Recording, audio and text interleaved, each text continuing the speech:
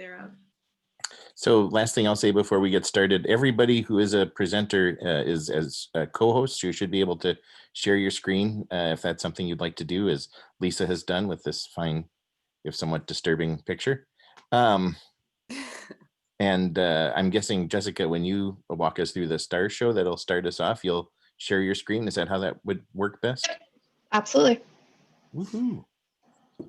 Whenever you want me to get started, I can do that. Let's do the star show and then hand it to Lisa, who hands it to Annie, who hands it to everybody. Does that sound good? All right. Let me. There we go. Can everyone see our starry sky? Whoa. So first, I guess, a quick introduction to anyone who doesn't know me. Hi, I am Jessica Rogers. I am the director of the planetarium at UMD. And while initially we wanted to actually have this in the dome under the stars, with the pandemic, this is the next best thing that I could do for you and take you on a little virtual star show here. And given the theme of tonight with creativity and isolation, I figured starting with a just night sky was a great kind of intro to that, because it's very easy to feel small and alone when you're sitting under the night sky with all of these stars, and you start thinking of how much is out there and how little we are, and it can really lead to just that feeling of being small and alone. But one thing that is really fun and interesting, and maybe a little bit more heartwarming to keep in mind, is when you do look up at these stars, you're seeing stars that people have been looking at for really as long as there have been people on this earth. And from what we can tell, all of these cultures of people who were around looked up at the stars, looked up at the sky, and it meant something to them. And they use the patterns in the stars to tell their stories, whether it was mythologies, religion, keeping track of important people to them. They used these stars as a means of telling stories. And that's what I wanted to start off or do for you tonight, was to look at some of these groupings of stars that are pretty familiar to us, that you may think of as one particular set constellation, but go through some of the other cultural stories that are attached to these same stars. So we're going to start with the classic Greek constellations, because that is typically what people know. And the groupings of stars that we're going to look at are up in the northern sky. They're up pretty much all year round and seen from anywhere in the northern hemisphere. So these are very popular in other cultural stories because they are so prominent to the northern hemisphere. And so we're going to look at our Big Dipper in the sky, which is actually not a constellation, but is a part of the Greek constellation of Ursa Major, the Big Bear. We also have our Little Bear, or Little Dipper, in the sky. And these two are really kind of funny to look at when you realize they're supposed to be bears, because the handle of the dippers is actually supposed to be the tail of the bear. And those are quite long tails for bears. And we always like to joke that obviously the Greeks didn't know what a bear looked like if they gave him these long tails in the sky. But the Greeks were a little bit smarter than that. They did have a story to explain why these bears had long tails. And this story starts with the king of the Greek gods, Zeus. Now, he, if you know any Greek mythology, know that he was married to Hera, one of the goddesses, and the queen of the Greek gods. But Zeus had a very bad habit of cheating on his wife. And this story starts with just that. Zeus is having an affair with a woman on Earth named Callisto, and they end up having a son named Arcus. Well, Hera finds out about this and gets upset, as she rightly should, and decides to take her revenge on Callisto by turning her into a bear. So Callisto is now a bear. Zeus can't, undo this spell that Hera has cast on her, and poor Arcus is left to grow up kind of alone without his mother. And he grows up and ends up becoming really interested in hunting. And so he's out in the woods hunting one day, and he comes across this big, beautiful bear that he doesn't realize is actually his mother. And so he goes to shoot the bear because he's afraid that it's going to attack him. But Zeus has kind of been checking in on Callisto this whole time over the years just to make sure she's doing okay. And so he sees what's about to happen and he rushes down to Earth. And since he can't turn Callisto back into human, he decides to turn Arcus into a bear. And so now we have these two bears, and Zeus is definitely feeling a little guilty. So he decides to let them spend their lives as bears together forever up in the stars. But in order to get them there, he had to pick them up by their bear tails, spin them around, and fling them up into the sky. And that process of getting spun and flung is what stretched out those bear tails. And so that's why our bears have such long tails. I love that story. It's one of my favorites to talk about. But the other kind of grouping, let me zoom out a little bit, that we're also going to see pop up pretty commonly in other cultural stories is this big W in the sky. And this big W to the Greeks was the Queen Cassiopeia. Her story is a little bit longer, and that I'm already shorter on time than I thought I would be. So I'm just going to go straight on to some other stories. So one of the great things about this program that I'm using, which is called Stellarium, it's free to download, by the way, if you want to go download it for yourself, is we can put all sorts of different cultural constellations up. So let's look at the Norse. So not as exciting because there's not as much involved here, but to the Norse, what we see or what we commonly think of as the Big and Little Dipper, to them were actually two wagons or two carts that are constantly moving around the sky. The Big Dipper or the big cart is typically associated with the man's cart. So that's usually either Odin's or Thor's cart. And then the Little Dipper or the little cart is generally associated with the woman's cart, and that's generally Freya's cart up in the sky. And then we don't have the picture here in Stellarium, but our W, that to the Greeks was our queen, to the Norse represent a rat named Ratatusk, who is constantly climbing up and down the sky, up and down this Milky Band, which is our Milky Way galaxy, but to the Norse represented Yggdrasil, which is the tree of life. And so Ratatusk would constantly climb up and down between the top and the bottom, where at the top was an eagle and at the bottom was a snake, and they're constantly passing messages back and forth, really just talking dirty to each other, like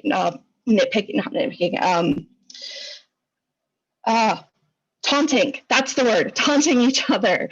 And Ratatusk is tasked with climbing up and down the tree, carrying the messages back and forth between them. One of the other ones that I really like is where's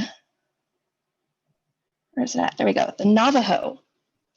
Because to the Navajo, these stars in the northern part of the sky represented what they see as a family. And so our classic kind of Big Dipper is what they see as the revolving male. He represented what's kind of a man, a husband, a father is supposed to be. Our Queen Cassiopeia to the Navajo is the revolving female. And again, same thing, she represents what a woman, a wife, a mother is supposed to be. And then right in between them sits the North Star, which is the home fire. And so over the course of the night, our revolving male and female rotate around the sky, like they're revolving, around our central home fire, and they represent the home and what a home is supposed to be. All right, I don't know, how long can I go, David? I think you said like 10 minutes, right? Yeah. When you find yourself at a natural breaking point, take it. I don't want to cut you off, but I don't want, I mean, I could listen to you for another 45 minutes, but probably less than that. I appreciate that. Let me see. I think 2 more cultures that I'd like to look at. I have my big list here. I'm trying to find. There we go. The Sami. Yeah. So theirs are really cool. So here to the Sami, our Big Dipper is an archer who is trying to hunt the great elk in the sky, who part of the great elk, the antlers of the great elk are that W of Cassiopeia. But the story goes, he has to be a very, very good, precise archer, because in order to shoot the elk, he has to go right by that North Star, which they see as the sky support. It's the pole that's holding the sky up. And so if he's not careful, he's going to actually knock that pole over and the sky will come crashing down on top of us. And so it's the story of just our archer trying to very carefully stalk this elk and hunt his prey without having the world come crashing down on us. But the last one that I'll do to bring it a little bit closer, or kind of bring it back to home, comes from the Ojibwe Native American tribe, which is very local to us here in northern Minnesota. And to them, our Big Bear and Big Dipper is a fisher, which does actually look like it's supposed to. It actually does have a nice long tail. And this fisher is up in the sky because of the sacrifice that he made to help the Ojibwe people. So one year, winter was just lasting way too long, which is something we probably understand very well. And so the people went to the fisher to try and get his help because the fisher's cousin was responsible for the changing of the season. So they wanted Fisher to go talk to his cousin and see about, why winter was lasting so long. And so he goes. And when he gets there, he sees that his cousin has trapped the summer birds in cages and isn't letting them out. And they end up in this big fight. And Fisher ends up winning and sets the summer birds free. Winter ends, summer comes, the people are happy. But his cousin is not happy and decides to attack Fisher. They get into a really bad, serious fight, and Fisher is killed in this fight, unfortunately. But the Ojibwe people were so thankful to him and the sacrifice of his life to help end winter that they decided to memorialize him by putting him up in the sky as these stars. And so with that, I will end my spiel. Hopefully the stars now feel a little bit less alone, a little bit less isolating, and you can see that there is a lot of stories and a lot of just shared experiences up in our sky. And I will turn it over from there. Thank you. Yay, thank you. Okay, I'm Lisa Fitzpatrick, and I'm the director of the Viz Lab and the Mad Lab. And this is what the Mad Lab looks like at this point in time with little Sasha Boysenberry there. And if we were actually doing this at UMD, we would be doing some projections and really crazy fun things there. But here we are on Zoom, and I'm introducing Annie, who is going to be then kind of doing the whole talk with everybody. Annie is an independent curator and educator living on an organic farm in Renshaw, Minnesota, which many of you know as the fabulous food farm, which has delicious carrots. She teaches art history at the College of St. Scholastica and the University of Wisconsin-Superior, and we do love her at University of Minnesota Duluth, and we're so happy she is doing this with us, yay. And she's done a heck of a lot of stuff. Duluth Art Institute, she's got an exhibit at the Walker Art Center now and is going to have one in the future. And she has an exhibit called Creating Apart that is at the Tweed Museum of Art at UMD. And she's great. And without further ado, I'm turning it over to Annie, please. And yeah, so thank you. Thank you so much, Lisa. And I made the classic Zoom mistake of not muting myself. All right, so welcome everybody. I want to thank David Beard for helping get us all together and connect all the dots and write the grants that need to be written. I want to thank Jessica and the Allworth Planetarium for such a wonderful show. I think it's a great way to ground us in the stars by opening with that. I want to, of course, thank our panelists who I'm going to introduce and we'll hear a lot from, but I also want to thank all of you for joining us this evening and spending some time on the computer with each other. So I think more meetings should start and end with poems because it gives us something to ground us, and then it also gives us a way, something to look forward to at the end as well. So I'm going to read a poem to kind of give us a grounding. And for that, I want to thank my aunt, who's in this Zoom call, and her poetry teacher. I put the word out to my dad and my aunt saying, what are some good poems about stars? And her poetry teacher found this one. It's entitled Dead Stars. The poet is Ada Limon. And she says, out here, there's a bowing, even the trees are doing. Winter's icy hand at the back of all of us. Black bark, slick yellow leaves, a kind of stillness that feels so mute, it's almost in another year. I am a hearth of spiders these days, a nest of trying. We point out the stars that make Orion as we take out the trash, the rolling containers a song of suburban thunder. It's almost romantic as we adjust the waxy blue recycling bin until you say, man, we really should learn some new constellations. And it's true. We keep forgetting about Antilla, Centaurus, Draco, Lacerta, Hydra, Lyra, Lynx. But mostly we're forgetting we're dead stars too. My mouth is full of dust and I wish to reclaim the rising, to lean in the spotlight of streetlight with you, toward what is larger within us, toward how we were born. Look, we're not unspectacular things. We've come this far, survived this much. What would happen if we decided to survive more, to love harder?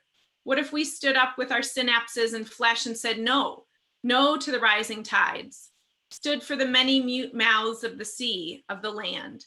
What would happen if we used our bodies to bargain for the safety of others, for Earth? If we declared a clean night, if we stopped being terrified, if we launched our demands into the sky, made ourselves so big people could point to us with the arrows they make in their minds, rolling their trash bins out after all of this is over. So. With that, I want to introduce our panelists because I think they are all big, wonderful constellations of light and of creating. The way this is actually the evening is going to work, I'm going to introduce the panelists. I have some questions about their work. We're going to talk about their artwork. We're also hopefully going to talk about maybe some intersections of their work with the cosmos. And I think there's a lot of correlations between their work and the work that the Allworth Planetarium does. So, so hopefully we can get into that as well. I'm also a timekeeper, so I'm going to be keeping an eye on the time, and I'll keep us, I believe, to 8:30. So there will be time for all of you to ask questions as well. So, so as I talk and as we talk, feel free to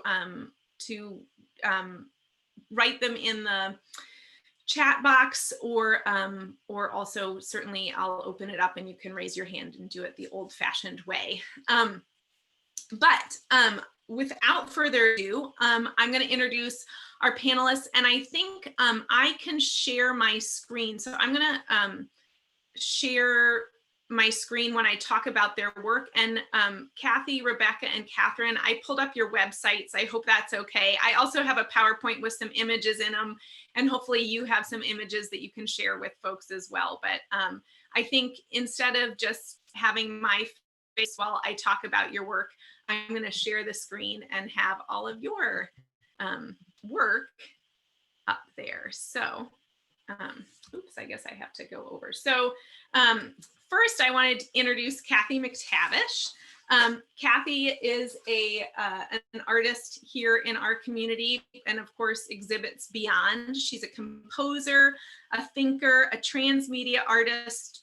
She does live performance, installations, online environments. She blends found sound, text, data, abstraction, layered moving images. She creates generative methods for building multi-channel cross-sensory environments. The way I sort of read that is that she is creating creators.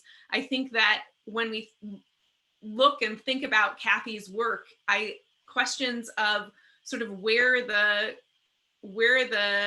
creating is happen come up. You know, who's doing the creation? How does it keep going sort of without this artist's hand? Her work represents really amazing dynamic systems. There is an interest in emergent structures, chance, myth, interactive webs, harmonic relationships, orchestrations, and sound, light, and color. And when we think about the work of astronomers and just the work of standing outside and looking up at the stars, that connection to light is one that I think certainly shines through, maybe pun intended, in Kathy's work. All of these artists have way too many awards and recognitions for me to list out. So I would encourage you all to visit their websites when this is done. But Kathy most recently was awarded the 2020 McKnight Fellowship for Composers, which is a really big deal and very well deserved as well. The other piece I think that is really interesting in Kathy's work that we'll get to, I think, later on, is this idea of communication, which is a piece when we think of astronomy and sort of looking up at the stars and wanting to sort of communicate beyond planet Earth. And we'll talk a little bit about that hopefully later on. Catherine Meier is with us, and I'm going to click over here to Catherine Meier's artwork. Catherine is also, we are so lucky to have in our community. She lives along the North Shore, both in Duluth and even further up the shore in Finland. And she creates drawings, animations, large-scale installations of Earth, sky, and horizon of vast open landscapes. Large in scope, her projects develop through time spent deep listening. I'm reading her artist statement, which is lovely. And I love that, Catherine, you put in this idea of deep listening to our surroundings. In recent years, Meyer has focused on the Sage Creek area of the Badlands National Park. In addition to time in other Northern Plains states, she's traveled to the Mongolian steppe, and she worked for many years as a truck driver hauling cattle from Montana to Texas through the Great Plains. And then Rebecca is also with us. This is Rebecca, and I'm actually going to go to your projects page, Rebecca. Rebecca is a teacher, a community collaborator, an artist, a builder, a thinker, Her work ranges from outdoor permanent works to temporary traveling installations to sculpture and galleries, participatory public events. She's a landscape artist and architect by training, but creator in all different mediums. And her deep love and connection to nature, wherever that might be, even if it's in an urban park, definitely comes through in her work. Krinke's overreaching agenda is to create new settings and experiences that address and illuminate and interrogate ideas of memory, healing, emotion, and place. I think all three artists certainly have wonderful corollaries to the cosmos, but they also, in my mind, have this beautiful sense of wonder and mystery in their work. When we think of the stars, I think that that's, to me, sort of the deep underlining core. So I'm going to briefly stop share so that we can all see each other in gallery form. And maybe I'm going to have Rebecca, Catherine, and Kathy wave their hands so we can see, so can just wave hi, and actually maybe turn off your mute as well, if possible, so that we can hear you talk. Perfect. Thank you, Catherine. Thank you, Kathy. And thank you, Rebecca. Excellent. Welcome. And thanks so much for spending time with us today. I actually, and that is my first question, actually is time-based. So when we think of space, we think of space-time, we think of the theory of relativity, we think of bending time and how, time is, the space-time tells matter how to move, matter tells space-time how to move. And in the last year, I think a lot of folks have, when I've talked to friends and family and other artists, there's this refrain of just time feels weird and time feels different and time feels sort of like a continuum, and that it's, and so I'm wondering, actually, it's maybe an odd question to start with, but can the three of you talk about how you've been dealing with time and how time, your perceptions of time, and maybe how that has changed, or if.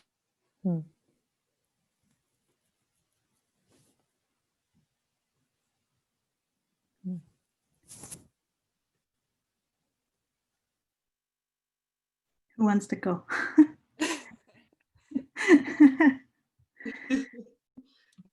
And I just got kicked off, but I got back on again. Okay. Sorry about that. Maybe actually, if that's too hard of a question, we can start with maybe just telling us about, where you're at right now. And I think that it's unfair to sort of start this as if everything is normal, because it's not normal. And, I think all of us have had a adjustment period and are still continuing to adjust to how we create, how we make our voices heard. So maybe just tell us, where you're at with creating. Is everything sort of the same as it was a year ago, or how has your world shifted? And Rebecca, why don't you go for it, since you made the first? Well, first of all, about time, yes. Every meeting it seems like I'm at, people are saying, oh yeah, what day is it again? Or, have a good weekend, and it's Tuesday, so I've noticed that over and over again, that we've just kind of lost a sense of time. Yeah, we're living in terrifying, unsettling, crisis times, yet there's this cusp, right, that maybe we're on the verge of something transformative. So I think that puts us into a strange sort of place of time. You're almost like you're always feeling on a kind of a precipice or an inflection point. So sometimes I feel sort of poised or still, yet everything's in flux too. So that's kind of the flavor, I think, of times I've been feeling, the sense of times, and from others as well. I don't know, Kathy, Catherine? Yeah, I felt kind of like you know, when you were talking, Annie, about space-time, like there's this, you know, those pictures that they show to try to diagram what that even is. And there's like this bending sense of space and time. And I felt like there's this strange, like hyper nowness, like there's like now is this gravitational force that I can feel just as sure as gravity itself. You know, it feels like there's just this, it's hard to move forward. It's hard to remember backwards. And it feels like that we're at this moment of history in some ways. Like it's like, so this relationship to history in the making, like that feels so present and like really manifest, like just really, it just feels so viscerally true. Like you don't know, you know, like what is this moment in history? You know, what's it going to look like in the future? What are what's the stories that are going to emerge from this time? So it feels like this strange, like, yeah, just I would say stuck in this, but it's more like, it's just this, it's like a heavy gravity force or something that makes it difficult to, and you know, when you think about, like, you remember back like a year ago, like all the things that you were doing, it seems so unreal, so surreal, you know, and it's impossible to plan forward. So it just is this, it feels like I don't know, like it's a strange not knowingness, right? And then the news, it doesn't feel like it helps really. It feels like it's still there, like everyone has all these stories going, and we realize more than ever how truth is so fragile in a certain way. So, which, you know, there always is this multitude of truths, of stories, but it feels like more than ever, like it's hard to get a grip or something. And yeah. Well, for me, aside from like larger national narratives and political narratives and the suffering of people, I feel like I was kind of made for this kind of time. And I've been through these times before. It isn't pandemic, you know, level, but I've had times in my life that were really out of sync with the rest of the world and time. And then even the making of my work requires that. And this spring, I had to do quite a bit of writing. And I finally came down to this understanding that my work is the story of time told through the language of place. And everything I do is about time. And so in order to even make the animations I make or the work I make, it takes lots of patience, and it takes like diving into other spaces. And sometimes I feel like if I could just share some of that with other people, it would help people get through this, you know. I'm so thankful. Like, a lot of things in my life are better because of the release of the insane scheduling of life.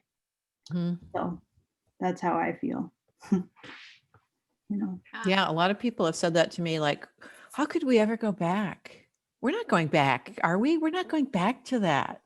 So I think a lot of people are recognizing that even with the horror of COVID, there's like, you know, you find out you can work in this completely different way at a different pace. And, you know, a lot of people have said to me, like, I'm not going back to the rat race office. I find now that I can have all this flexibility. And so, I mean, of course, it's terrible. My sister and my best friend lost their jobs due to COVID. So, you know, here am I loving being a recluse, maybe like you, Catherine, but then the horror is sort of, you know, going on all around. Yeah. Catherine, could you say that statement about your work again? Because I think it's so beautiful about your work being time to place. So my work is the story of time told through the language of place. Wonderful. I loved, again, I wanted to pull out, when you talk about your work, you talk about listening to a place. And it seemed to me like that was such a deliberate word choice in your statement.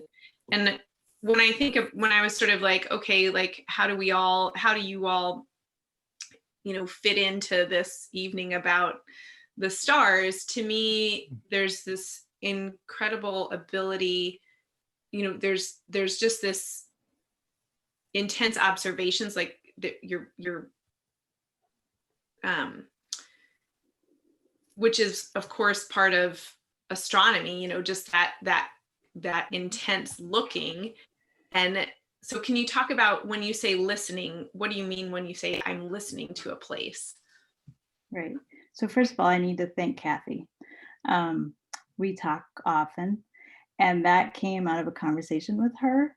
And I don't know if you even remember saying it, Kathy, but like we were talking and you said, yeah, well, you're like, she said it. And I was like, oh, that's exactly what I'm doing. You know, like it would just get like when we talk, sometimes like there's an exchange and it gives words to these things that I can't give words to. And so that was one of them. So I first need to credit her. And but the part of that is that can I share my screen? Is that possible? Yes, please. I hope you can. I had to turn my off because it was slowing down my so I will let you share it. All right, I'm going to share just this image and talk about it a little bit.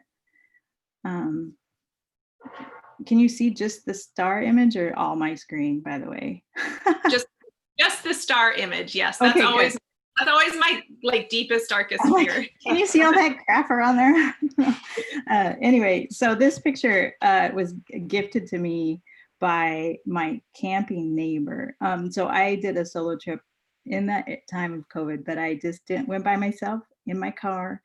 I didn't stop anywhere except for the gas pump, and I stayed in my tent because it was really important for me to get into the land, because I have a McKnight Fellowship this year also, and so it's a big year for me in terms of production and things like that. But like because my work is so from the land, like I was just feeling like disconnected. So I went out there, that's my tent. So I had somehow just turned the light on and I'm in that tent by myself.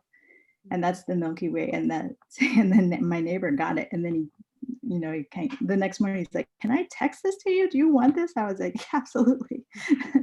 But the reason I'm saying this is like, so I spend a lot of time out in the landscape, and even though I'm drawing very detailed pictures and observation, what I'm really getting at is also beyond what is in front of your eyes. It's like the experience of that space and the feeling of that space, and that's what I'm also grappling with constantly. There's like just a whole lot more to how we see and view and experience land than a photograph or drawing does.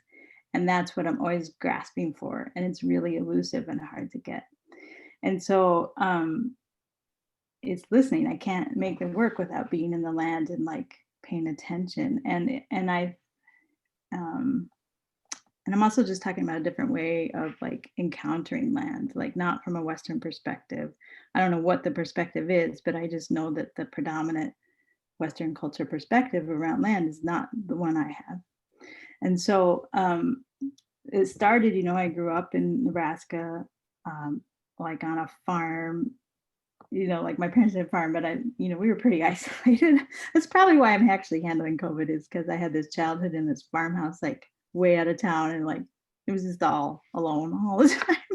And so, but then when I was a truck driver, like I drove at night for like years, like predominantly at night. And there's just like this way of listening to the roads and the patterns and the rhythms. It's like season and maps and the grid, like it's all part of your experience. And so like you're viscerally managing your way through land. So yeah, that's some part of an answer for that. Yeah. Can you actually maybe go, for those who aren't familiar with your work, can you go to, or do you have any other of your images up? Yeah, here. How about if I stop sharing for a moment and then find it? so we don't have to get through all the messy stuff. Thank you. I loved, you had a quote recently that during the on your social media on the election, you said, I'm going to look the other way, which to me was like, and it was a picture of a moon. It was my favorite. It helped me breathe as well. So I appreciated that. Yeah. Anyway, okay. So I'll share this image. This is an older work. So So this is a projection of an animation. And it's actually it's maybe 50 feet wide. It's two projectors, and then it's like about 15 feet high. And in this animation, I drew 6 landscapes. One was in Mongolia. Two were in Nebraska. Two were in North Dakota. 3 in Nebraska. And so this just gives you a good sense of scale. So, like the idea with this was like they all shared this similar horizon line, and that was the defining like structure for the piece, and then everything changed below that horizon line. So, you know, like that was about paying attention to where you are and how things change and move, and it was just like gently moving. And then also sometimes the scenes themselves change. Like on the left here is Theodore Roosevelt Park on one view, but then there's more of a close-up view on the right. This is in Nebraska, and then that's back to Mongolia. So that's one example. Yeah, no, that's perfect. And I think, you know, I've seen in the last few years of your work, actually, oh yeah, you can't see my mouse going over the screen because it's my screen. But it seems like that you've switched to trying to figure out, you know, the space side of things and the stars side of things, and like there's this, you know, the positive and negative space. Like, what is the, you know, how do you? So can you talk about a little bit about like just that struggle, because it does seem, you know, it seems like this other. I think when we think of like Western conceptions of land, like we could think of like when we're on this land that we own, but like the stars are all of ours, and like that's certainly not, you know, how you're approaching it. But there is like there's the stars are conceived of as all of our, like I think even in Western culture the stars are all of ours, like it all belongs to all of us, Right.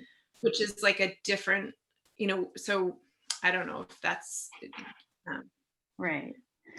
Well, there's a lot of ways actually that just made me think of something else, which is that my concept of land was very different growing up. Like, okay, first of all, where I grew up, people called it land. And when I got to northern Minnesota, everybody called it property. And I was like, what? Like, it's land. Like, I don't understand why you're using the word property. So that was like a big adjustment for me. And like, it should have signaled something in my brain that, okay, I got a different view here, right? But then when I was like, that was part of the reason to go to Mongolia, was that, you know, it's opposite on the planet, but it's completely different in the mind. There's no grid, there's no division in property, right? And so like to move through that space feels as though you can move through it because you have a right to. I grew up that way also, just out of like some kind of like belonging to the small place where I was from, like this feeling like I could just move through it, you know? And so I've never had that exactly.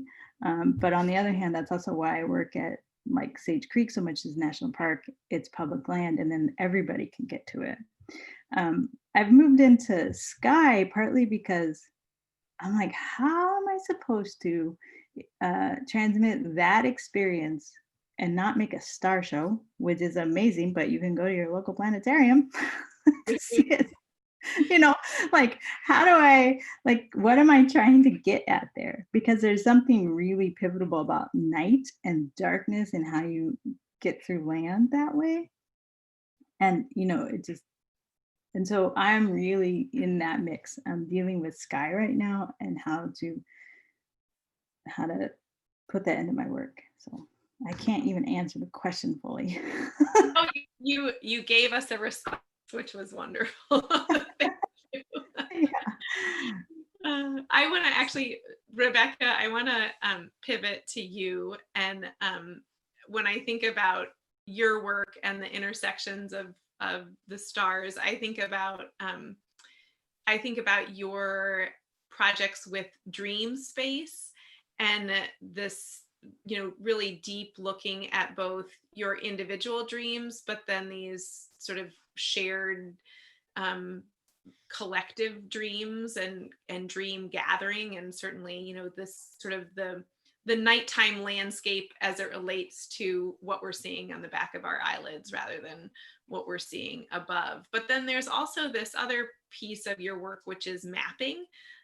So I think I love the intersection between this sort of ethereal dreamscapes and then this very wonderful sense of the project mappings, but mappings with where do we achieve joy, or what spaces in Minneapolis and St. Paul are spaces of joy and pain, right? So it's mapping, but in a really fascinating way. So I think, Catherine, I'm going to let maybe Rebecca share her screen.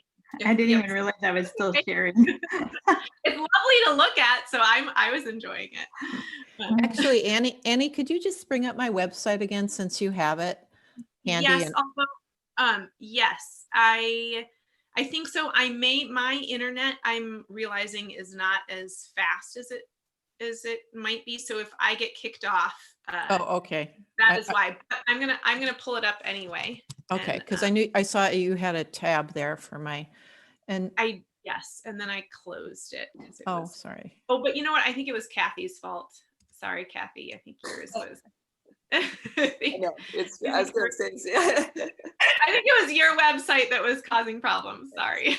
All right. So everyone can see that, I think, right? Can everyone see that screen? Yes. Okay, perfect. Can you go to the sculpture installation tab and just click on that, maybe? Yep. Thank you. I'm sorry, I didn't. No, I'm fine. I'm more than happy to be the clicker. Thank you. So yeah, so as people can see, there's a lot of work with dreams and dreamscapes. And I think, does this have the work that you did for Northern Spark as well? Yeah, that's on the other page. I just wanted to show people these beds. So the first few images. Also, boy, I didn't know I needed a new website. My website's incredibly out of date. So, but that's sort of a common thing, isn't it? It's part of it's on the list and it's sort of happening. You know what? I do have an image, I just realized, of your most recent project. So this is Rebecca's, this is up right now, right? Yes, that's up right now.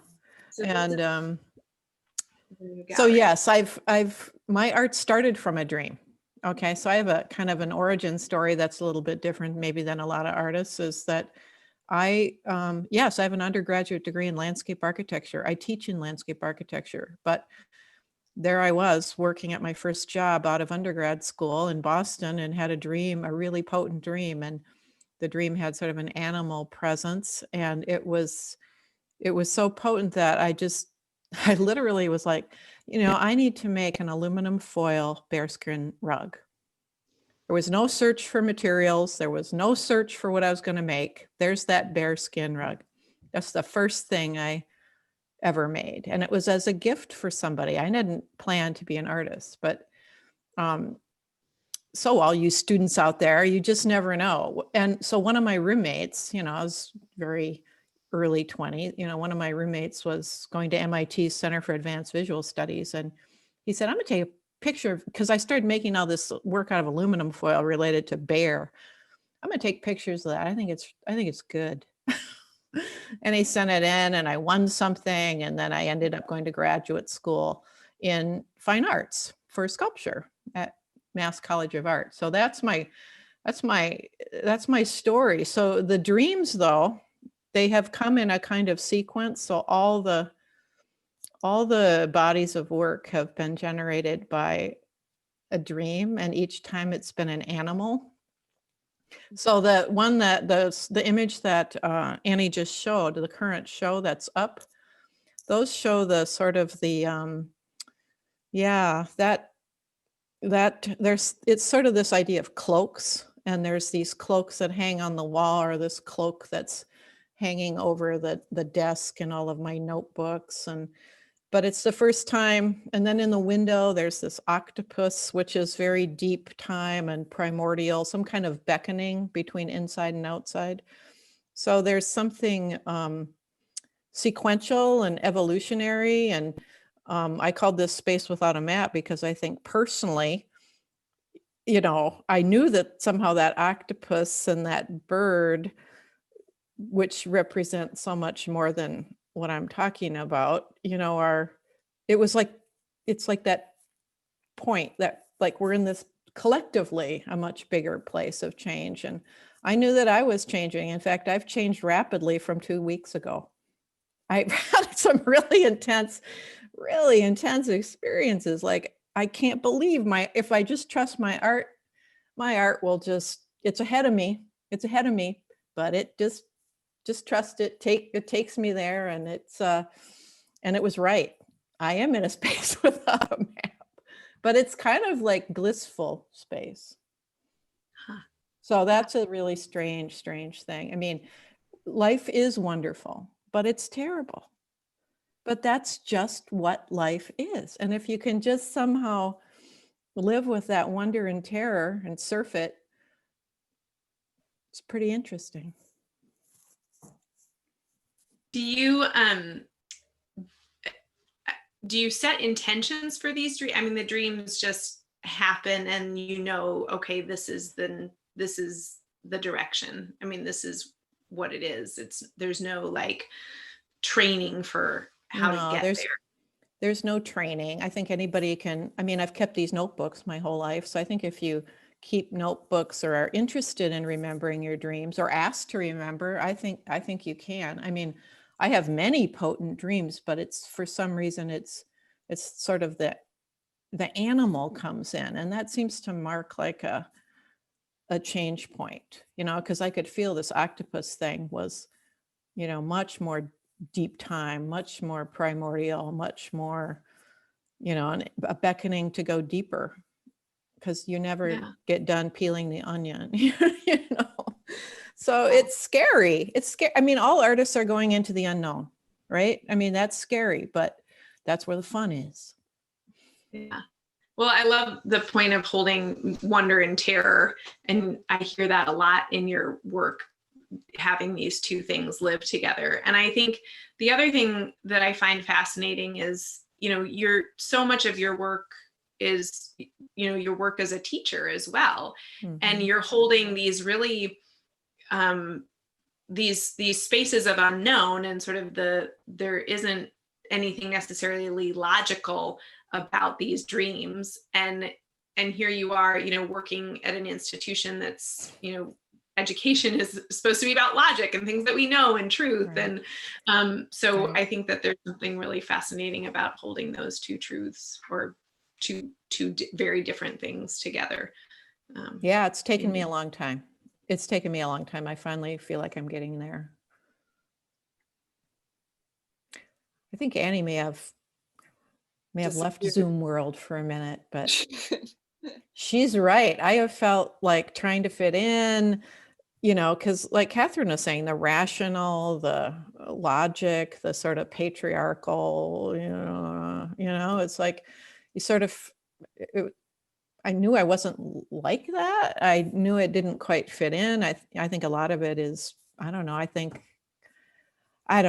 I mean, part of it, I think, is artists can insist maybe on mystery, or women, maybe we aren't put into the exact same role, or we can trust, you know, and, or embrace that idea that women have a power or could delve into that female sort of night and moon, and, you know, those traditional archetypes of female into, I don't know, I'm speculating, but, you know, my work sometimes feels sort of like a fairy tale or a myth or something to me. So sometimes I do think about those things.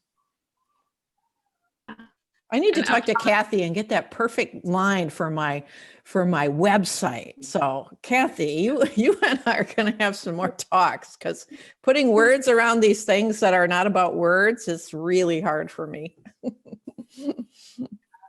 Well, that leads me to talk to Kathy, and hopefully my internet will stay stable enough. but I won't share my screen anymore. Maybe that was the problem.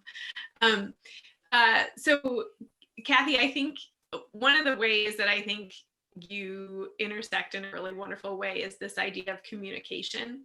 And, I think there's this, at least when I stare up at the cosmos, it's like what else is out there? Like how do we, is there anything else going on? Like, how do we, and when one of the things that I find fascinating about your work is this, this incredible generosity towards the potential of communication with things that we don't necessarily.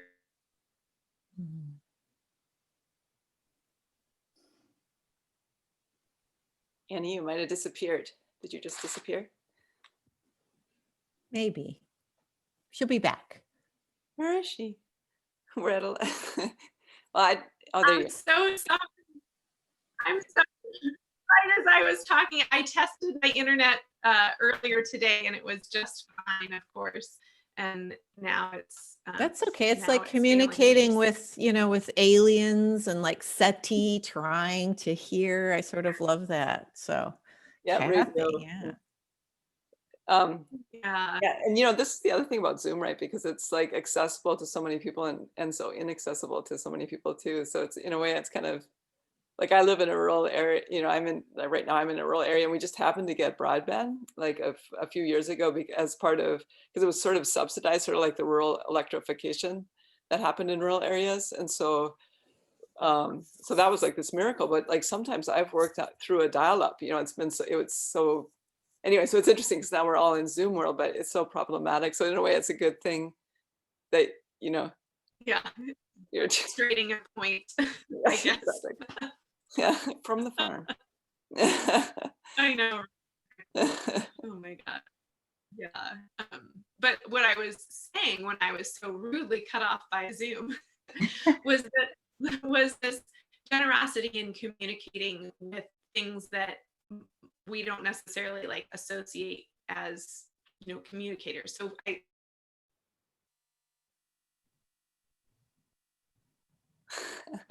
She disappeared again. But so first, I just want to say I love seeing Catherine and Rebecca's work. It's so inspiring to me. I feel really lucky to be with you two gals. And thank you, Annie. Jessica, it was so great to have that. I always think that the planetariums, there's some stuff, I think that humans were so magical, right? We're magical thinkers. You barely scratch the surface and our logic just goes away, right? We're just magical thinkers. And I think planetariums are just, it doesn't have to be a super high tech, right? It's like something as like that, that ball that would make the stars. It's just so magic with someone telling you a story in the dark. There's something so amazing about that experience. I just adore it. And thanks, David, and Lisa, but thanks for David for putting this together. But yeah, so I do a lot of generative work. So I do some coded work. So I use, I remember when I was young, like having a chance to see being able to code a computer for the first time. And there's something, again, in that magical brain about just doing some simple things about coding, like question and answer, like in a terminal where it asks you a question, you say something, it says something back to you. And it's like that Pinocchio story, right? Where it's like this idea somehow that like this desire for a son, right? I mean, that's the story behind the Pinocchio puppet, right? I mean, it's like this goal for a real live being. And I think, so for me, computers, we're interacting with them all the time now, and they become our companions for better or for worse, right? And we want them to remember us and know things about us, but what that means is that we're being surveilled like never before, and we're not. And there's something about when you go to a news site and all of a sudden it asks you if you want some new boots, and you're like, oh my God, I need new boots, and it's remembering all this information about you and echoing that back to you. It's like the perfect companion in some strange, horrible way. And so I work in that space a lot. And I also am interested in network spaces. So as a musician, I grew up like playing with other musicians. So there's this sense of making this work together, this webbed type of work, this polyphonic kind of spaces, these polyphonic spaces. I'm interested in like multi-threaded, diverse spaces in general, but so network, like the web is interesting to me just as a structure. And also just, I think the idea of the sky or the cloud, how we always are talking about that sort of information exchange space as being the cloud. And to me, I think there's something really, this imaginary that opens up with, thinking about it that way. It is like being Skywalkers or something. It's like this strange, radio was like that too, right? It's like the first time when anytime these technologies come into our lives, we're magical thinkers right away, right? Like early film, right? When that train is coming at you and the whole audience, responds, because it's like our magical brain doesn't know how to deal with it, or like the radio waves thinking that we can pick up the voices of the dead. It's such a moving thing that we map onto technologies, right? It's so fragile and moving and just the human stories, the myths that we put around those things are interesting to me. And I'm interested in those spaces as being the possibility, sort of a queer imaginary, or these sort of odd queerness, the surreal transy space of that.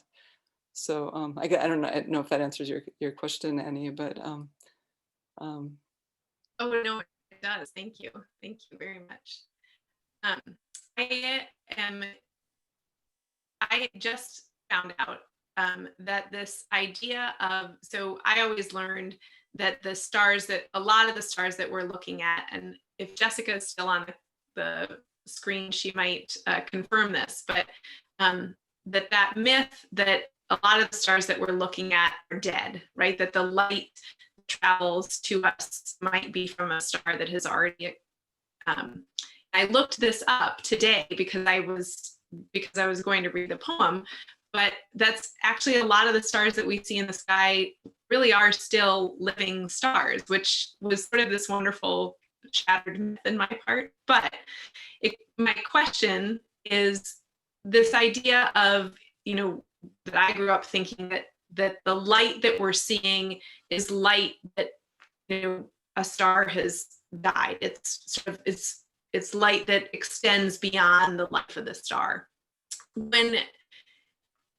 When you're making art or you're creating, are you creating for beyond you? Are you creating for now? Where are you?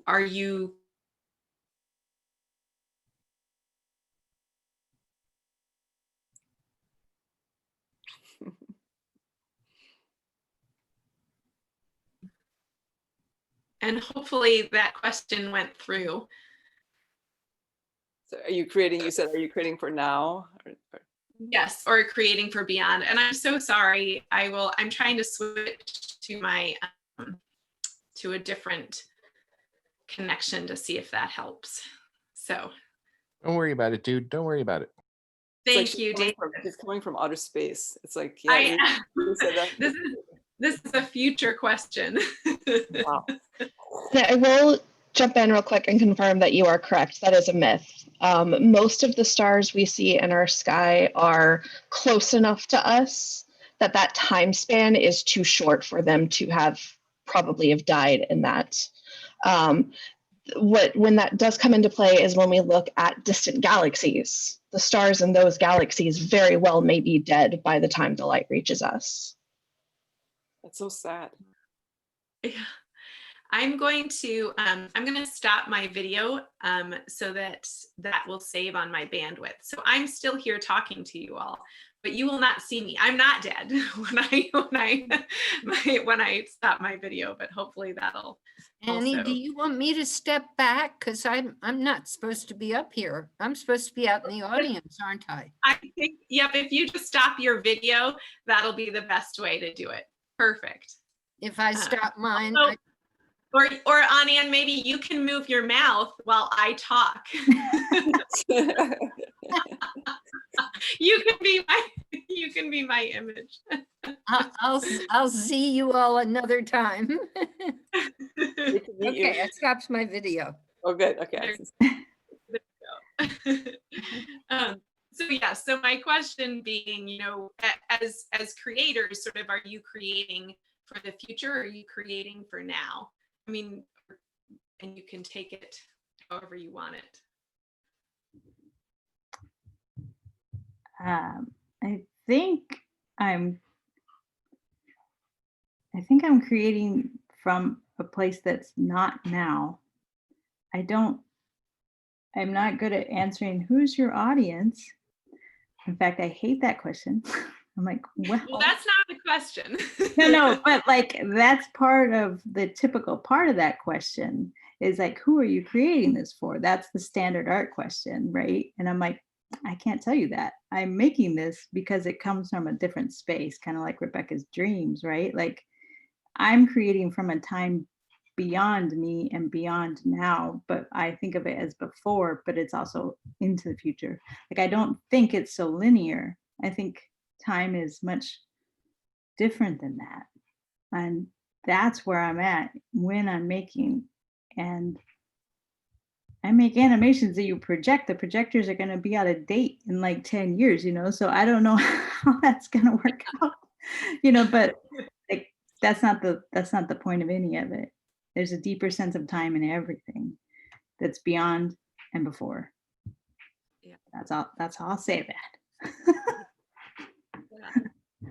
Well, and I think it gets to that point of, you know, just our conception of time has been challenged in the last year, and sort of this, you know, what is a long period of time or a short period of time? Like there's geologic time, and then there's, you know, brushing your teeth in the morning. There's just There's like the only hard part of this time for me is how many messes my toddler makes in 4 hours. That's a very challenging time. That's just totally different, you know, but it's not a problem because it's gonna pass, right? Right. So yeah. Well, that's like the kind of time that's the everyday time, you know, when you have to do things that have a sort of a time. But then there's that, like you talk about, that deeper time that's primordial, or it's geological, but it's even more than that, you know, the stars, but it's somehow even deeper than that, because, you know, if we're lucky enough to be makers, and when you're really making your work, you're just very present in this now moment, you know, not to sound too, but you know, you do lose track of time, and it's like you're just the maker and it's a conduit, you know, and it feels so present that, you know, that's a deep joy. And I think that maybe if we're lucky enough to be able to do that, sometimes I always kind of say to my students, I feel like that kind of reverberates out. I feel like there's so much mystery and so much we don't know, that if it's made from that point where we're really ourselves or authentic, you know, we're the authentic conduit for whatever's, I feel like that resonates, and who knows how it all works, right? Could resonate forever, or what is forever, or, you know, so, but I think that has real potent power, and it's not about the marketplace. It's not about, you know, it's like some other power. Yeah, it's magic. There we go, Kathy. It's magic. Can I say one thing, Kathy, before you I just was reading this book I have of landscape, like it's all these landscapes from like 1700. I cannot remember the name of the book right now, but anyway, there's a writing by Rothko in there, and it's like no artist, every artist who really, essentially, I'm paraphrasing because I can't remember the quote, like every artist who really deals with it contemplates death, right? But what is time, because if you haven't thought about that, it's very unlikely, right? Everybody has, that's why it's scary. It's because you have to contemplate this unknown, but it's marked. So yes, absolutely. I say that to my students about the planet Earth, right? Landscape architects, we're working with the Earth. And I think climate crisis has a lot to do with people not realizing they're mortal, that it doesn't go on in the same way, and they're not going to go on in the same way. We actually have to think about, the fact that, like a 7 generations, that seems to be beyond the contemporary Western mind. I've had people say to me, well, but this is it, isn't it? And I'm like, well, the Egyptian civilization lasted 3,000 years and they thought probably that was it. So no, this isn't it. But we could be at the point with the planet at the point of no return. So we have to somehow think differently about time, like urgency, and to realize that, yeah, we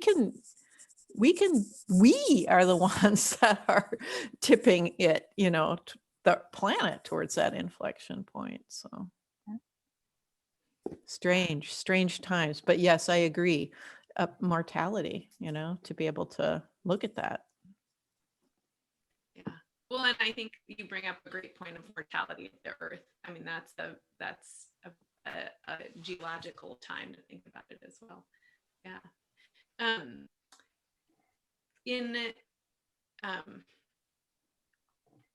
In your work, Rebecca, thinking about this is sort of a similar question that I asked to Catherine, but landscape architecture, and you alluded to it in your last response, but you are grounded, and again, excuse the pun, but how do you look up and how do you take in sort of and respond to the stars basically in your specifically in landscape architecture? I mean, is that something that you're thinking? Well, I think about the night. I love the night. And I want to hear from Kathy McTavish because I've been talking a lot here. But my studio right now, I mean, graduate school in design is very much like graduate school in art, because I've been in both. And so my studio is called Making Space for Emotion, the Gardens of Pain and Joy.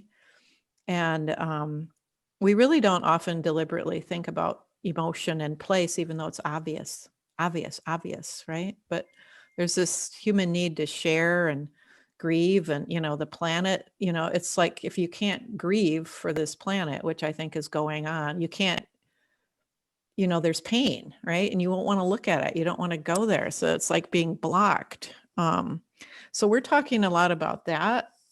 But the fact about the stars is that one of the students, she's really interested in the night, and she's making a night garden. And I've long been interested and kind of done some things around that too. And, there was a reviewer from the University of Washington, and he's like, I've never heard of a night garden. Nobody's ever made that I know of, specifically for the night. So yeah, we're thinking a lot about it in our studio. It's really having a pretty profound effect on, because the night's a different country. I think it's a different world. Kathy. Oh, I love the night too. Yeah, I feel like there's that Langston Hughes poem about night. I can't recite it for you because I would ruin it. But I do feel like there's this like thing about like darkness coming down, and all of a sudden, it's like this creative space opens up. I feel for me too. Yeah, but I was thinking when both of you were talking about that urgency of that sense of like I've always had a lot of solace from the outside world, the natural world, and I feel that you can feel like the weather is different, plants are different, insects, aren't around. Like you can just feel all these changes, and there's this deep sense of grief that I think we're either avoiding it or we're feeling it, like it's, and I feel like there's this sense of that, living in this planetary, this moment, it feels like it's like time is like this compression, right? It feels like, and that's that thing that you use the word urgency. It's like this, it feels like there's this compression of things happening very, very quickly. Fires like the West Coast burning up, hurricanes, like all these things, water supplies drying up, heat going off the charts, pandemics raging. So you can feel like there's this, it's just this crushing feeling, right? And so then from that, to me, that time being compressed, that's urgency, right? You just have this sense of must, it's like you must do something or something, and then like to feel impotent within that urgency, that compression. It's such a difficult, it's a geological compression, right? It's like this sense of, becoming stone, sometimes there's that sense of this impotence within that. And that's why I feel like for me, that's why it's like this desperation to work, right? It's like this thing about, it's like, it feels kind of like stuttering before God, right? It's like, just beseeching the sky, the stars, the sky, it's in a way, like that's like immediately what happens, right? You're just asking, you're just like praying, like asking for the knowledge of like how can this, it just feels so huge that's like what's left is this, I'm not a religious person, but like this asking God, or this asking the stars, this asking something huge, trying to find, like for me, like so in my work I have a sense, like a lot of times I'm just trying to rub together sounds, rub together images, try to make something, make the gears go back up, make gears that will keep going. So there's something about a flow that continues, right? Like grasslands continue, like something, sparks continue, like if we could make life, like if we could spark, like I studied ecology, mathematical ecology in my grad school experience, and it feels like, okay, we know all these things, but we can't put it back together. It's like, oh fuck, like we can't put it together. We know, but systems are hard to put back together. It's difficult. Like it's and then it makes you realize this is amazing. Like how all of these things work together in this particular rhythm, these particular timings. Like we have this like really warm thing, and there's some plants. It just is so confused, everything. So, but everything has this rhythm, and we screwed it up. Like when I was learning about grasslands, like for me too, my family, grasslands are really special to me. They're like my family or something. But like what we did to the prairie, like this millennial system. That was absolutely so profound, that system. We'd be lucky if we could have a civilization that worked like that, and we broke it. So that idea about like breaking hard ground, there was something so destructive in that, and it's hard. We want to put it back, right? We want to put the glaciers back, like it's this. So then I just feel like sometimes I feel like, okay, if there's something magical I could do by rubbing these two sounds together to make it go back. Like I just feel like it's this performance of longing or a grief or desire, it's or a prayer or something. It's like, yeah. Yeah, I totally agree. Or like what, like Catherine, your work, like you're drawing like every blade of, you're drawing, like, and in order to make an animation, can imagine making an animation this way. Drawing, blades of grass over, okay, moment, bend, flow, wind. Like it's like, imagine the sacrifice. It's a sacrifice of time. It's a devotion. A devotion. It's a prayer, yeah. It's a devotion. Yeah, I feel like we're all quite devoted, actually. We're lucky. Yeah. I feel like my work feels like, not in a religious sense, in a specific thing. It feels like prayer, like that. Yeah, spiritual. Yeah. Well, yeah. But yeah, because those big questions never go away. Doesn't matter if you don't, we don't have a religion, the big things never go away. So I always think that is like spiritual, because it's the big mysteries, right? Yeah. I want to make sure that the audience can have time to ask questions. So, either you can either write it in the chat or turn your speaker on and step in. So I'm going to give a little pause to make sure that folks that do want to ask questions of any of our three can do so. And then I will just keep, we have another 10 minutes, right, David? Yes. Good, yay.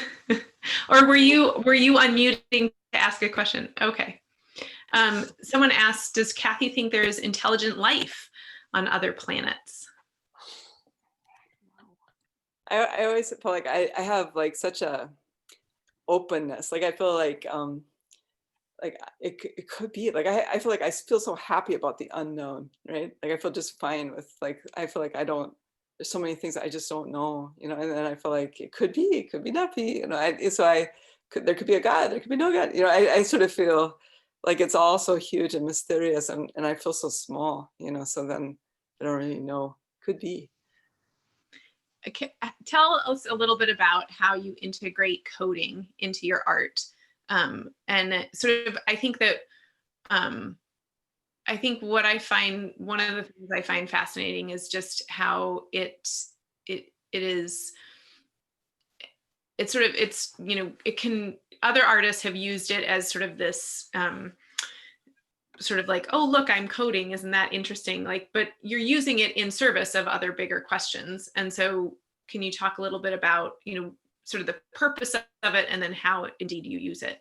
This Yeah, is so this is because a student is asking the question. That's because of Sam's question here. Yeah, I don't know if Kathy can see it, but it's a student. Yeah. Hi, Sam. For me, like I use web technologies for one thing, because I feel like they're very accessible. They're very lightweight. You know, you don't have to have a supercomputer to run them, and it's technology that everyone has access to. And then it's also readable technology. So for me, the code, you just do a view, so you can read it like a literature. You know, it's like actually it's human readable form. It's not in machine language compiled and you can't see it. It's like you can just read it as a literature. So to me, like code is just like a score. It's like a choreography or a score. So to me, I just think of it that way. So it's not like so Sam, it sounds like you're sort of interested in art and code. And I would say that code, even if it's not something you do, it's a metaphor. So it's like, so the code is like this way of just thinking through, it's like articulating a dynamical system. So it's like a way of thinking through time, or code. It can be a way of organizing space. So it's like, so code is just this way of articulating with words, kind of steps to do something. So for me, that's just a useful way of thinking. Then, you know, when I'm thinking about sound or I'm thinking about composing, to me, it's just the same. It's kind of the same space, and code just happens to be this convenient way of you know, kind of talking about, and in this case, talking to a machine and having it, you know, enact something. So it enacts that language, if that makes sense. And there's so many web technologies, you can do anything in them, and they're so accessible. There's so many ways that you can, and I think it's okay to embrace, like, you know, when people said, well, painting is dead, well, painting's not dead. You know, like, and when people say, well, it's like drawing versus painting, and drawing is just what you do in order to get to the painting, well, drawing's not dead. There's amazing, you know, drawing is amazing. Like, so simple code, like it's not dead. Like you don't have to go into like doing, you know, fancy VR stuff or fancy, you know, things that take all this software, all this other stuff. It's like, it's like for me, like it's important to strip down and stay really simple, because for me, I'm at heart like a drawer, you know, so it's just like simple contours that you can do with these really simple tools. So anyway, you said, what language do you prefer and use? So I use web technologies. I love just standards, because it's like this dream of a common language that standards bodies. So HTML, CSS, and JavaScript are quite powerful and quite portable, and so anyway, email me. And David is asking, how do you keep making things when every day the teenagers in your life are struggling because they are distant from friends? The neighbors are telling you that the election was stolen, and you don't know what year you will be able to see your mom again. I need explicit directions, routines, rituals, recipes. Oh, that's from David. At 4 p.m., my husband takes over. I walk out the door and I go into my space. Again, it's just a ritual. It's like, and I was told this by a professor at when I was in graduate school. He was like, here's the deal. You open the door, you go into your space, and you shut the door. And that's so true. It's all. You pick your time and you go shut the door. That's the only way I can get there. So. How do you shut the door metaphorically? Like literally shutting the door. Like sometimes it's like you literally have to create a space where nothing else comes in. Like the space I work up here now doesn't even have internet. Thank God. You know, because then it keeps me from like checking the news 100 times 5 minutes. Right. So, and I got really good at that too when I was actually much younger. Like when I made my very first animation, I literally put my phone on silent. I wouldn't talk to my boyfriend, who's now my husband, for a week at a time. I was just like, I think some people would view me as like really cutthroat about it, but I was like, this is just what I gotta do. Like, this is the only way I'm gonna make it right now, you know? I don't know if that's helpful at all. How about you and Kathy and Rebecca? Do you have answers or do you need help also? Do you need Catherine's sage advice?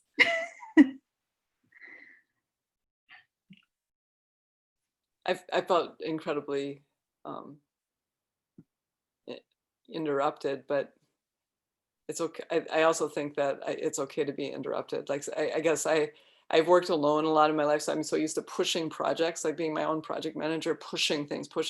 And COVID happened, things just started falling. And then when the murder of George Floyd and the current dictatorship movements, and climate change. I mean, I just feel like it's also righteous to be heartbroken, you know, and to be able to just sit with it. It's like to be interrupted, you know, well, it's interrupting, you know, it's like,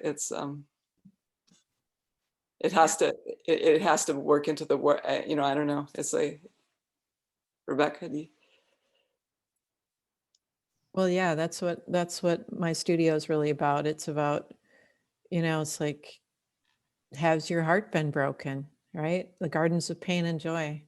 You know, the people that are able to really, you know, people's hearts have been broken, right? Like this one young man dreamed his whole life of becoming scuba certified, a dream of the ocean, constructed fish and hung them from his, you know, wow. Just he made his first trip to Mexico and the beach was just filled with plastic and garbage and it was toxic and wasn't anything like his dream of the ocean, right? So his heart was broken, but he's persisted. He's scuba certified and it's the wonder and the terror. So he wants to, I think designers have an optimistic nature at heart. They're problem solvers. So there's a feeling, and my students are activists. I mean, their hearts have been broken, a lot of them, and they're taking action, you know. Not everybody's heart's been broken. That's what I realized was making it really hard for some people in the studio. And so I'm kind of glad their hearts aren't broken, but they haven't quite gone to some of the same places, you know. So it's I guess something that gives me heart is that people's hearts can be broken and they can still care and they want to move in the world and make a difference. And I think my students and I, as weird as Zoom is in some ways, well, we've also go outside in the landscape, but we maybe are even closer than ever because it feels like we're all in it together. I know that's such a horrible cliche, but we really do. We call it like knowledge sharing. It's not hierarchical in the same way. So of course it's a bit terrifying for me because my class feels like I'm teaching now what is going on now with me and everything. And it's like, I feel like I'm on a high wire because the students get to see the inside of my mind, you know, and that's pretty terrifying because you know, it might not all work out, you know, but it's real, it's authentic, and it's, I don't know, I feel like we're all learning a lot. So I feel like, well, if I ask them to put themselves out like that, I can do it too. Yeah. Yeah. So, Well, I want to recognize that it's 8:30, and I want to be respectful of our panelists' time as well. Is there anything the three of you need to say before?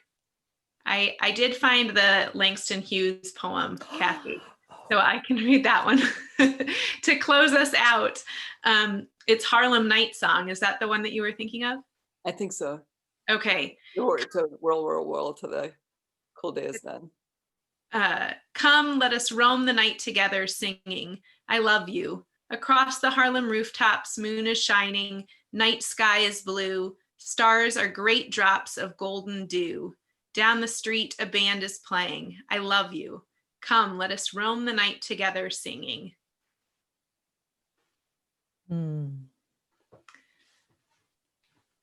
Thank you, everybody, for joining us this evening. And I am very excited to walk out of the cabin and look up at the night sky and share that experience with all of you.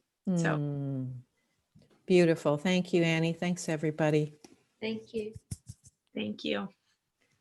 And David, is there another event that you would like to promo before everybody signs off? Oh, you're muted, sweet David. December 2nd, I have some Icelandic literature scholars and some Manitoban literature scholars talking about the Icelandic migration to Manitoba and Winnie the Bear, who was the inspiration for Winnie the Pooh, and a whole soup of cultural accidents that bring Icelandic culture to North America and Icelandic literature to North America.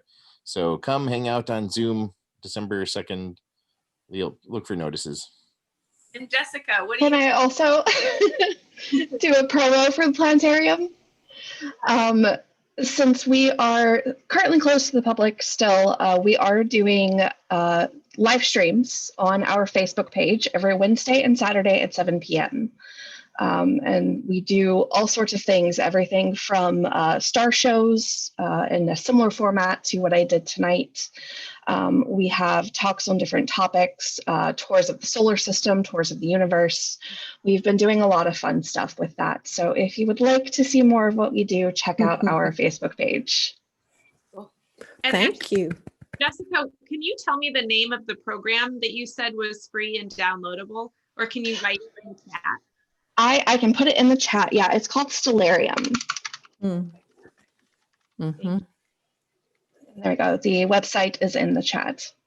Thank you. Thank you. That was fabulous. Yeah. Wow, it was really inspiring. Thanks, David. Thanks, Annie. Thanks, Catherine. Thanks, Kathy. Thanks, Jessica and Lisa. Thank you.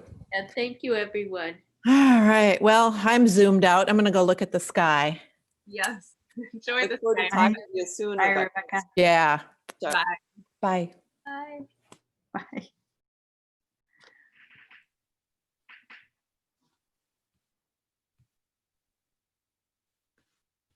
It was cool to meet your aunt, Annie. I know, there she is. Hi, Auntie. It was great to be on the panel and not have to say anything. You're Annie's. Are you Annie's dad's sister? Yeah. I can. Yeah. It's a wonderful program. Oh my goodness, I'm so inspired by you all. They're smarty, aren't they? Yep. So where do you live? Baltimore. In Baltimore. Uh-huh. Oh, wow. Yeah. So anytime you're on the East Coast, Okay. Yeah. I a place. yeah. I went to a conference there once. It was very beautiful. All right. Well, it's great to see all of you. Nice to meet you, Annie's aunt. And you. here, everybody. I'm going to close Thanks this. for organizing. Yep. Thanks Yeah, for thank Thank you, you, David. Take care. Thank you. Bye.